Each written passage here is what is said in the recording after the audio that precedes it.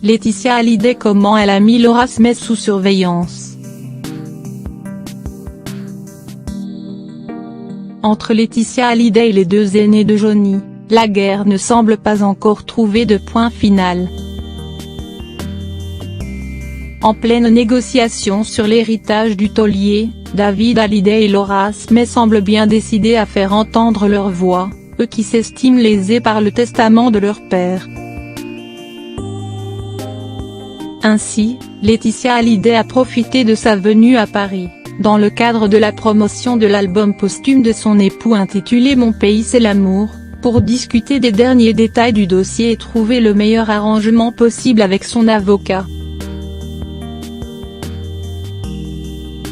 La mère de Jade et Joy n'était-elle pas photographiée, à peine arrivée à Paris, sortant du cabinet de Mehar Davant Amir Aslani, situé avenue Montaigne?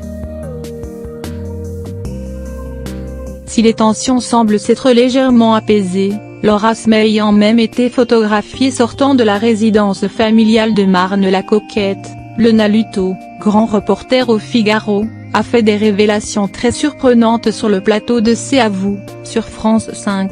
Ce qu'il faut savoir, c'est que depuis le début de la bataille, Laura est quand même sous surveillance par les équipes de Laetitia et, qui se tiennent au courant de ses moindres faits et gestes.